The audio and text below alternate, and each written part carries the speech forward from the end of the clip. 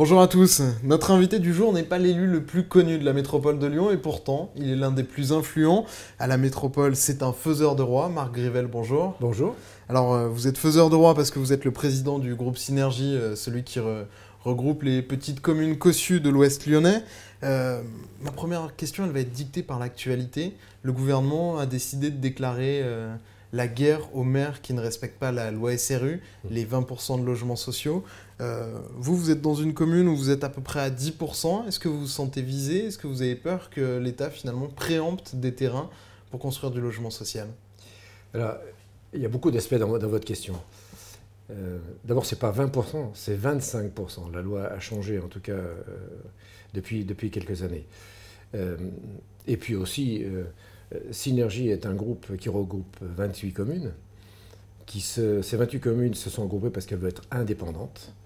Et si elles sont indépendantes, c'est qu'elles veulent adhérer à un projet qui est une métropole. Ce n'est pas le sujet, j'en viens au logement social. Mais ce n'est pas pour autant que nous sommes faiseurs de roi.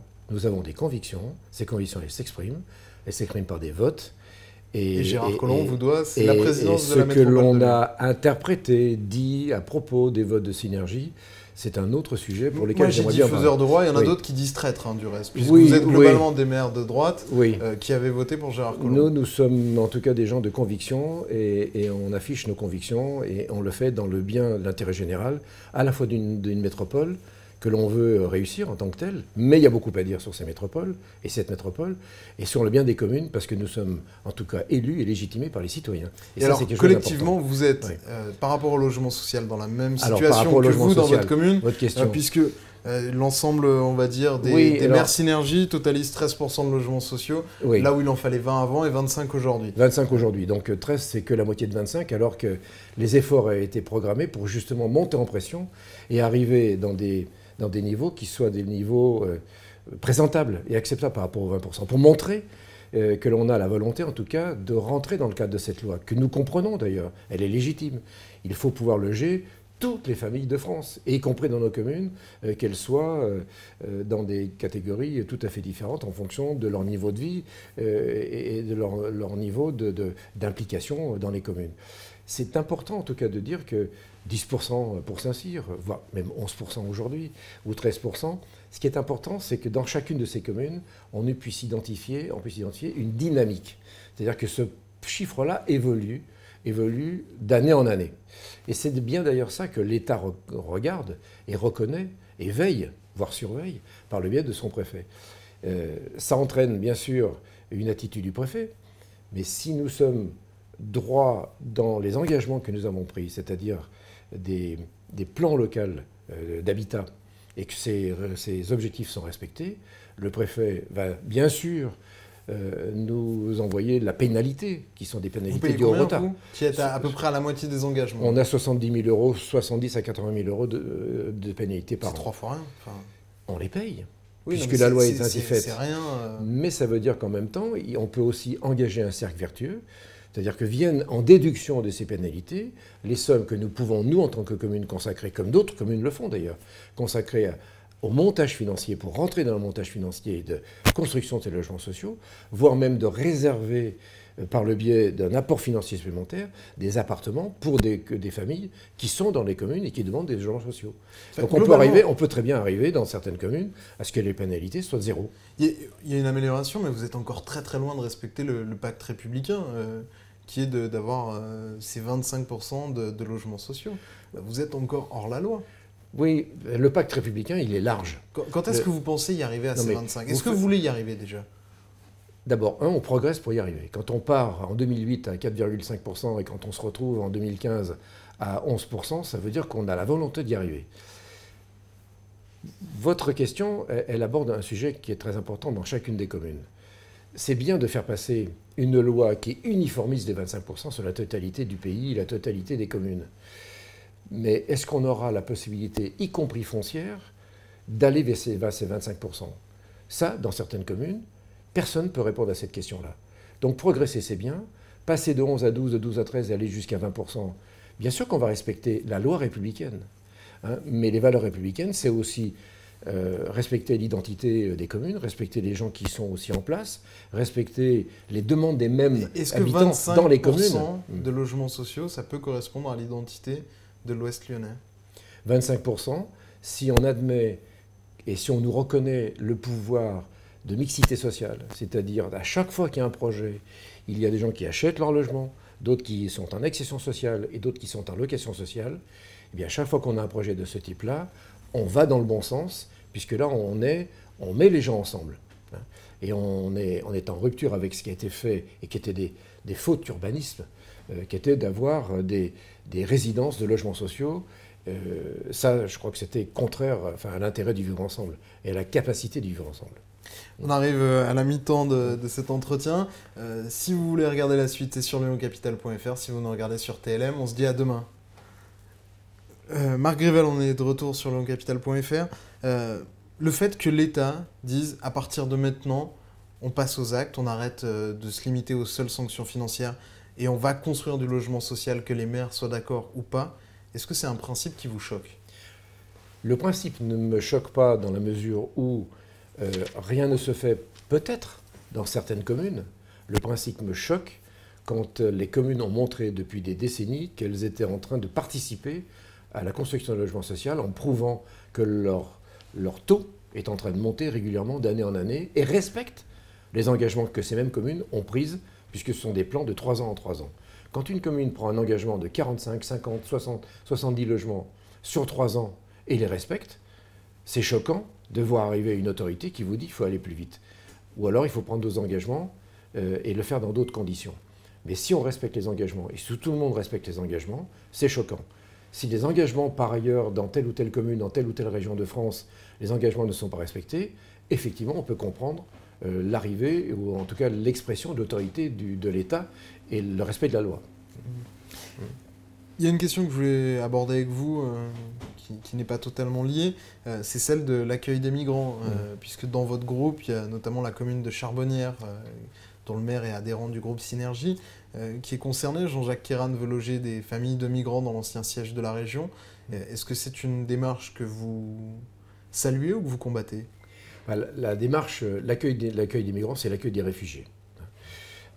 Donc d'abord, non seulement c'est un devoir national, mais c'est aussi une culture.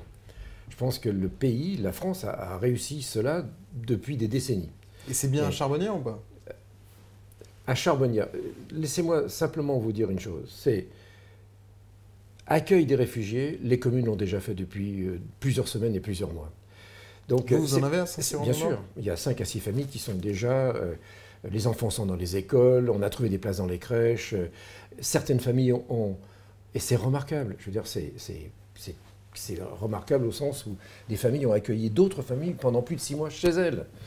Et nous avons pris le relais. Donc les communes n'ont pas attendu pour être dans cette optique-là. Mais l'accueil est une chose, l'accueil dans l'urgence est une chose. Mais accompagner est autre chose. Et là, les communes exercent leur responsabilité. Parce que l'État peut dire il faut accueillir les réfugiés. Mais à partir du moment où les réfugiés sont accueillis, qui est-ce qui va faire le travail au jour le jour, au quotidien, pendant de longues semaines, de longs mois et de longues années? Ce sont les communes. Et donc les communes sont confrontées à leurs propres responsabilités. Il faut qu'on sache faire. Il faut qu'on trouve des places dans les logements, qu'on trouve des places dans les écoles, qu'on trouve des places dans les crèches. Et donc tout ça a une mesure. Si c'est plusieurs familles par commune, on sait faire, on l'a déjà fait, on est en train de le faire. Maintenant, si c'est une décision comme ça qui consiste à dire parce que j'ai un foncier, parce que j'ai des locaux, on fait arriver dans une commune une centaine, 200 ou 300 familles, eh bien là, il faut faire attention. Parce que qui va exercer, en tout cas, le travail derrière? Qui va être confronté en termes de responsabilité à un déséquilibre sur place? Donc dans l'idéal, oui. Non, pas dans l'idéal. Dans le quotidien, oui. Mais en tout cas, par rapport à l'engagement que l'on doit prendre, ce n'est pas un coup et un seul, c'est travailler au fait que plusieurs communes la peuvent configuration de l'accueil à Charbonnières ne vous convient pas? Non, parce que plusieurs communes peuvent s'engager sur des accueils de ce type-là, mais ce n'est pas un foncier, des locaux et une seule commune qui peut faire face. Parce que derrière, vous avez droit à des questionnements à la fois des habitants, les équilibres de la même commune, et qui va être au front pendant des mois et des mois. Ce n'est pas la région, c'est la commune. Et cette commune-là, je peux vous dire qu'en termes de solidarité, les autres communes vont être obligées d'aller aider une Votre commune collègue si de vraiment ça se passe. Charbonnières, il vous dit quoi? J'ai Bah, pas les moyens ou j'ai pas l'envie? Il dit j'ai pas les moyens. C'est pas un problème d'envie, c'est pas un problème de devoir, c'est pas un problème Sur le principe, d'humanisme. il est d'accord pour accueillir 300 familles sur sa commune? Mais c'est un problème de moyens et de taille. Si lui, on lui dit vous avez à accueillir une vingtaine de familles sur sa commune, il aura certainement le souci de le faire, comme nous le faisons nous, à l'échelon de 5 ou 10 familles par commune.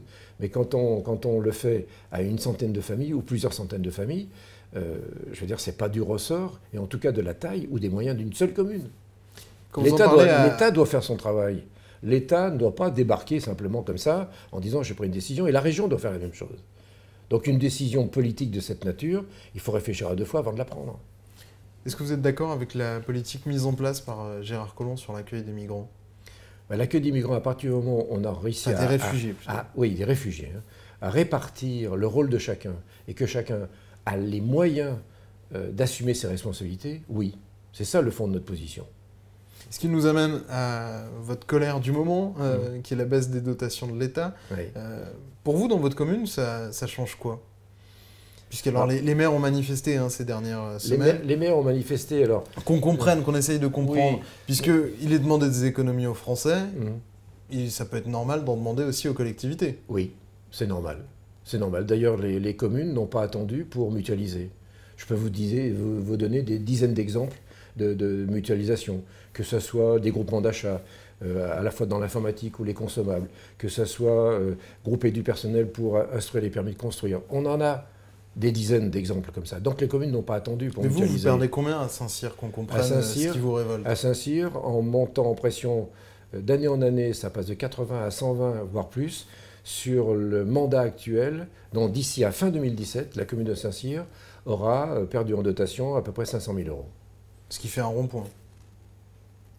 Le rond-point n'est pas forcément financé par la Non, mais commune de Saint-Cyr. c'est le montant d'un rond-point globalement. Non, c'est pas, 500 000 non, euros. non, je ne prendrai pas votre exemple. Et un En petit tout cas, rond-point en plus. Si on dit 120 000 euros, pour prendre l'exemple, si on dit 120 000 euros par an, c'est la totalité du budget d'entretien des bâtiments communaux et des appartements communaux de la commune de Saint-Cyr. Voilà ce que ça donne. C'est ça. Bon, l'exemple du rond-point, il est assez loin de nos préoccupations. Mais l'exemple de l'entretien des bâtiments... Vous êtes acheté à coup de rond-point, c'est un peu le sens de ma Oui, question bon, aussi. les ronds-points, on ne pourra pas en mettre partout non plus. Hein. Donc, cette mesure-là ne va pas durer très longtemps. Donc, j'écarterai votre exemple du rond-point. En revanche, entretenir les bâtiments communaux dans une commune, c'est essentiel, puisqu'il y a des gens qui sont logés aussi dans les logements communaux. Mais vous considérez que les collectivités locales ont fait leur part d'économie et que c'est pas à eux de... Enfin, les communes, aujourd'hui, leurs dépenses de fonctionnement n'évoluent plus. Bon, qu'est-ce que ça veut dire? Ça veut dire que les communes sont vertueuses. Parce qu'à partir du moment où vous dites, on a créé les rythmes scolaires, il faut bien embaucher du monde pour le faire. On a déporté des fonctions de l'État, instruire les permis de construire. On a mis dans certaines communes qui ont des collèges et des lycées, du personnel d'encadrement, les ATSEM. On a délégué, par exemple, les passeports. Donc, toutes les fonctions qui étaient assurées par l'État arrivent dans les communes. Et vous voulez qu'en même temps, les frais de fonctionnement baissent. Il y a un moment donné où on est confronté à la mission que nous avons reçue, qui est une mission d'avoir le niveau d'exigence en matière de services à rendre à nos concitoyens. Donc, si à un moment donné, on fait pression là-dessus, il va falloir dire à nos concitoyens qu'on ne pourra pas forcément rendre le service qu'ils attendent de nous. Non, et c'est vrai pas au bord de la faillite, qu'on se rassure. On n'est pas au bord de la faillite, parce qu'on sait, en tout cas, gérer dans le temps. Mais on gère toutes les dépenses. Les dépenses contractuelles sont passées au peigne fin. On fait très très attention. Parce que l'envers du décor, c'est quoi? Ça veut dire qu'à un moment donné, en contraignant les dépenses de fonctionnement, c'est très bien. Mais en différant des dépenses d'investissement, parce qu'on est quand même sur une base de 19% de recul des dépenses d'investissement sur l'année 2014. Et d'ici à 2017, on sera à moins 30%. Ce qui pose le problème de l'activité des gens du BTP et de la construction. Mais ça veut dire quoi? Ça veut dire qu'à un moment donné, certaines communes vont se dire comment je peux m'en sortir, puisqu'on n'a pas le droit d'être déficitaire, sans avoir recours à l'impôt. Ça veut dire quoi? Ça veut dire tout simplement que l'État est en train de transférer, parce qu'en même temps, on est en train d'alléger l'impôt sur le revenu, on est en train de transférer le ras-le-bol fiscal du revenu sur les communes. On est en train de faire ça. Et ça, c'est totalement inacceptable. C'est pas acceptable d'avoir ce type de comportement quand on est l'État. Merci beaucoup, Marc Grivel, d'avoir répondu à nos questions et à notre invitation. On se retrouve demain pour une nouvelle édition de l'Autre Direct. Au revoir.